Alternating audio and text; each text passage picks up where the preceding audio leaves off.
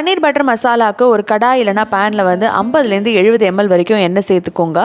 3 வெங்காயத்தை நல்லா பொடியாக நறுக்கி அதை சேர்த்து நல்லா வந்து பொன்னிறமாக ஆற வரைக்கும் வதக்கிக்கோங்க.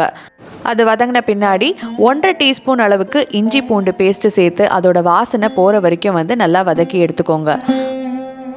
அடுத்து 2 மீடியம் சைஸ் தக்காளியை பொடியாக நறுக்கி சேர்த்துக்கோங்க. அது நல்லா குழைவாக ஆற வரைக்கும் வதக்கிக்கோங்க. இப்போ நம்ம மசாலா பொருட்கள்லாம் சேர்க்க போகிறோம். 1 டீஸ்பூன் அளவுக்கு மஞ்சத்தூள், 3 டீஸ்பூன் தனியாத்தூள், 2 டீஸ்பூன் அளவுக்கு காஷ்மீரி மிளகாய் தூள் இதெல்லாம் சேர்த்துட்டு ஒரு வதக்கிட்டு சூடான தண்ணி 250 ml சேர்த்து மசாலா நல்லா கொதிச்சு அந்த வாசனை போகி எண்ணெய் பிரிஞ்சு வர வரைக்கும் வெயிட் பண்ணுங்க. ஒரு கப்பில் 10லேருந்து 12 அளவுக்கு முந்திரியை வந்து வெதுவெதுப்பான தண்ணீரில் ஊற வச்சு அதை நல்ல ஒரு பேஸ்ட்டாக ஆக்கி அரைச்சிட்டு அதையும் வந்து இந்த மசாலாவில் சேர்த்துட்டு கலந்துருங்க.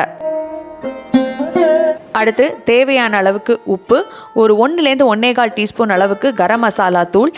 மசாலா கொஞ்சம் இனிப்பாக வேணும் அப்படின்னா 2 டீஸ்பூன் அளவுக்கு அதில் சர்க்கரை சேர்த்து 2 டீஸ்பூன் அளவுக்கு வெண்ணெயும் சேர்த்துட்டு நல்லா கலந்துட்டு அதுக்கப்புறமா அதில் 4 டீஸ்பூன் அளவுக்கு ஃப்ரெஷ் க்ரீமை சேர்த்துட்டு ஒரு கலக்கிட்டு ஒரு பேக்கெட் அல்லது 200 கிராம் அளவுக்கு பன்னீர் பார் எடுத்து அதை இது போல் வந்து சின்ன சின்ன துண்டுகளாக நறுக்கி இந்த மசாலாவில் அதை சேர்த்துட்டு எல்லா மசாலாவும் நல்லா பரவற மாதிரி கலந்துட்டு ஒரு கை அளவுக்கு கொத்தமல்லியை தூவி இறக்கணும்னா சுவையான பன்னீர் பட்டர் மசாலா தயார். இந்த ரெசிபி பிடிச்சிருந்தா மறக்காம காஃபி வித் சாராக்கு சப்ஸ்கிரைப் பண்ணுங்க. ரசித்து சமைத்திடுங்க, ருசித்து சாப்பிடுங்க. மீண்டும் அடுத்த எபிசோட்ல சந்திக்கிறேன். அது வரைக்கும் உங்களிடமிருந்து விடைபெறுவது உங்கள் தோழி சாரா, காஃபி வித் சாராவிலிருந்து. நன்றி, வணக்கம்.